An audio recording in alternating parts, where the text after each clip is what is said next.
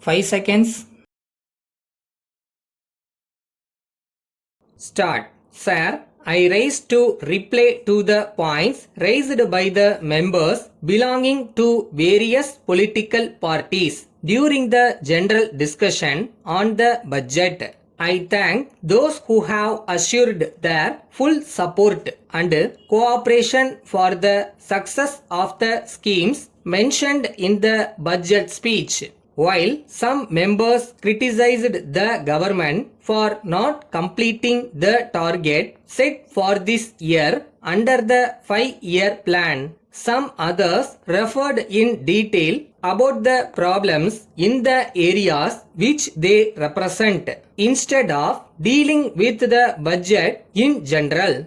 I would like to suggest that they may refer to those points when the demands relating to the respective departments come up before the assembly for discussion. That will enable the ministers and the officers concerned to take note of the suggestions and do the needful. The House would have noted that one of the welcome features in this budget is that no fresh taxes have been proposed to be levied. But I am sorry to state that the members in the opposition have not referred to this in their speeches. As far as we are concerned, we have the satisfaction that a tax-free budget has been presented. However, there may be need for levying fresh taxes in the years to come. But I can assure the House that even then such taxes will not be levied so as to affect the poor people.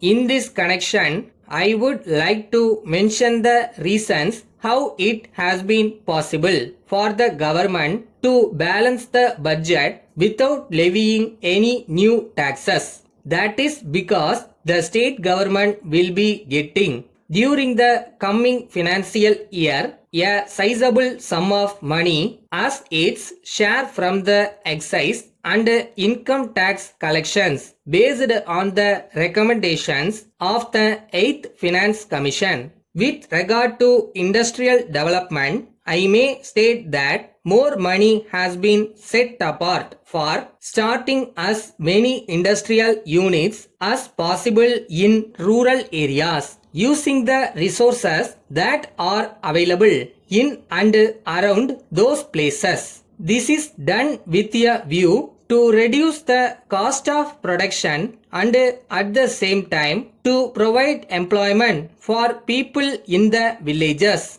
I would appeal to the people to come forward and start industries in their areas, either in the private sector or by forming cooperative societies. On behalf of the government, I assure them that government officers will give necessary assistance in this matter. Priority will be shown in the matter of giving electric connection and power will be supplied to new industries at reduced rates. There will be tax concessions for 3 years from the date of commencement of production. Members might have noted from the budget that some incentives are proposed to be given to the farmers with a view to increase food production. It will also be seen that quality seeds and fertilizers will be supplied to them at subsidized rates.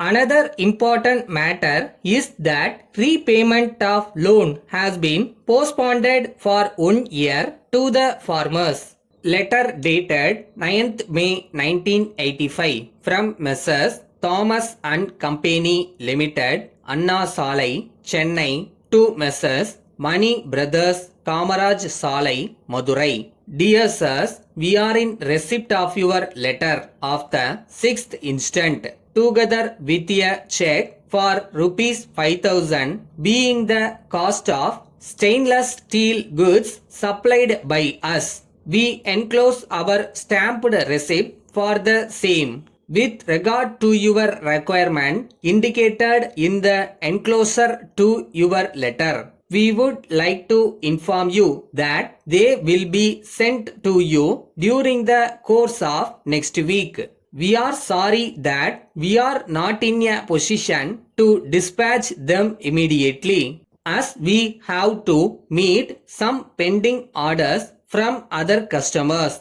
during this week. You will be glad to hear that in addition to our dealing in stainless steel goods, we have recently taken up dealership for some other goods also, such as grinders, washing machines, iron boxes, etc. As far as these items are concerned, you can be sure that they are of the best quality, but at the same time the prices are reasonable when compared to those of other makes. Hoping to hear from you at the earliest.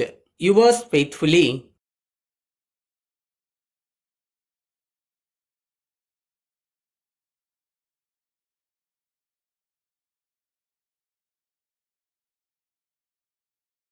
இந்த வாழ்க்கையை ஒரு முறை தானே வாழ போகிறோம்.